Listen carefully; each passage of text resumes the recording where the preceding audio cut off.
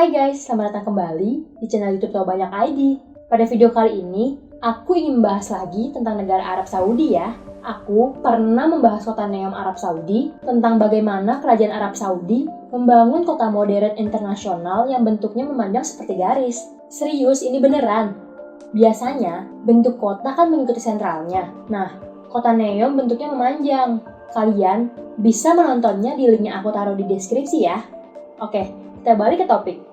Kalian udah pasti tahu kalau negara Arab Saudi adalah negara yang hampir seluruh wilayahnya berupa gurun pasir. Lalu, apa kalian tidak pernah penasaran bagaimana negara ini mendapatkan air? Nah, di video ini aku akan membahas fakta-fakta negara bergurun Arab Saudi dengan permasalahan airnya.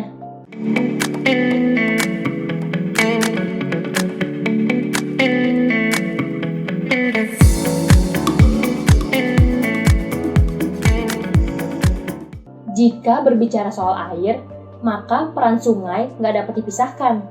Apa kamu tahu, ada 18 negara di dunia ini yang nggak memiliki sungai. Arab Saudi adalah salah satunya.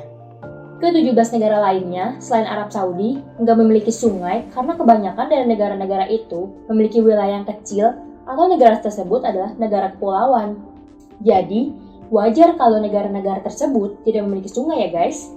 Nah, sedangkan Arab Saudi memiliki wilayah yang luas. Tapi, karena seluruh wilayahnya hampir berupa gurun dengan udaranya yang panas, jadi nggak ada sungai mengalir air di sini.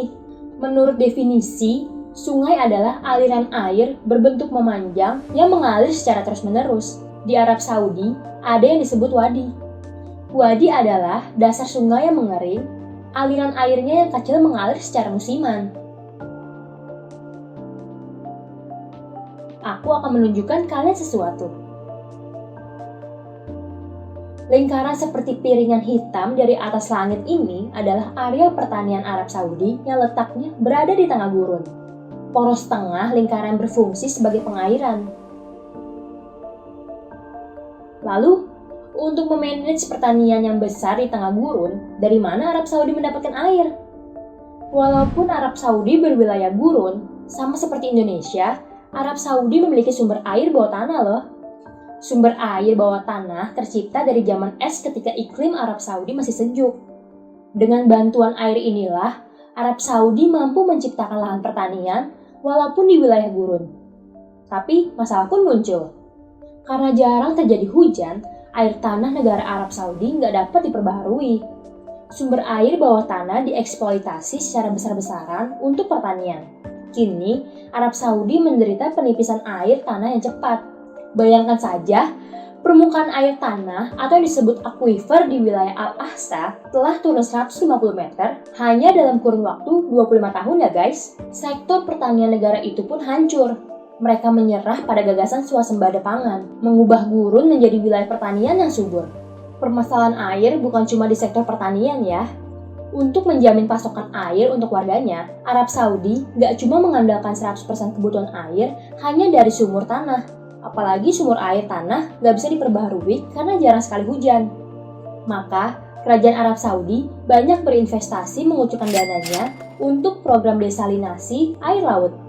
Banyak pabrik penyulingan air laut dibangun di wilayah pesisir pantai Arab Saudi. Ini menjadikan Arab Saudi sebagai produsen penyulingan air laut terbesar di dunia. Sebagai contoh, air minum masyarakat ibu kota Arab Saudi yaitu Riyadh, sebagian besar berasal dari pabrik desalinasi Jubail dengan memompa air dari laut Teluk Persia. Kira-kira dibutuhkan pipa sepanjang 500 km untuk mengalirkan air dari Jubail ke ibu kota Riyadh. Untuk kebutuhan air warga kota besar lainnya, yaitu Madinah, berasal dari Laut Merah, dipompa dari pabrik desalinasi Yanbu. Kalau berbicara sumur air tanah Arab Saudi, jangan lupakan sumur air Zam-Zam di kota Mekah. Air Zam-Zam merupakan sumur yang diberkati dan sumur suci bagi para umat Islam. Sumur Zam-Zam juga termasuk sumur aquifer ya guys. Air Zam-Zam biasa diminum oleh jamaah umroh atau haji di area Masjidil Haram di Mekah dan Masjid Nabawi di Madinah.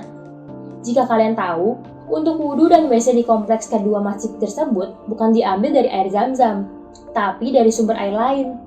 Sedangkan, sumber air penduduk Mekah juga bukan berasal dari sumur Zam-Zam, tapi dari desalinasi air laut yang diambil dari Laut Merah ya. Seperti yang aku bilang sebelumnya, Arab Saudi menjadi produsen desalinasi air laut terbesar di dunia. Pemerintah Arab Saudi menugaskan perusahaan swasta dari seluruh dunia untuk mengoperasikan pabrik desalinasi. Ada 2 metode desalinasi air laut yang umumnya digunakan di negara Arab Saudi. Yang pertama, metode desalinasi termal. Desalinasi termal ini pada dasarnya merebus air untuk memisahkannya dari garam. Proses pemanasan air menghasilkan uap air. Uap air itulah menjadi air tawar yang siap untuk dikonsumsi ya guys. Lalu, metode kedua adalah desalinasi osmosis. Pada metode ini, air laut ditekan dan dipaksa melewati saringan khusus yang dapat memisahkan air dengan garam.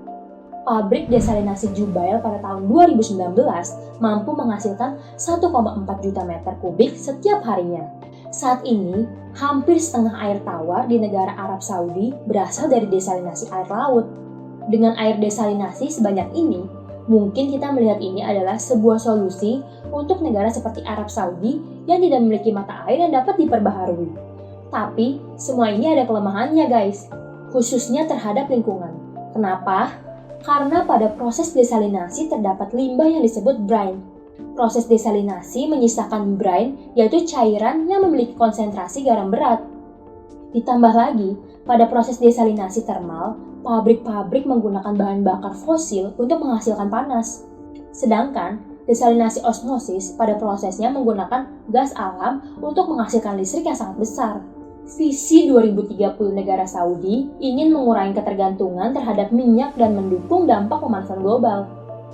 Arab Saudi memang mengambil langkah pembaharuan dengan berinvestasi membangun pembangkit listrik tenaga surya yang sangat besar di wilayah Al-Kafi.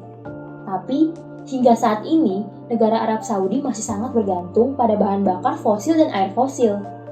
Sangat jelas ini merupakan tantangan berat bagi negara Arab Saudi ya guys. Bagaimana? Apa kamu mengetahui hal baru dari video ini? Kalau kalian punya masukan dan kekurangan pada konten-konten kita, tulis di kolom komentar ya. Kami masih berjuang untuk mengembangkan channel ini. Subscribe dan share kalian sangat ngebantu banget agar kami bisa terus membuat konten yang menghibur serta bermanfaat. See you guys!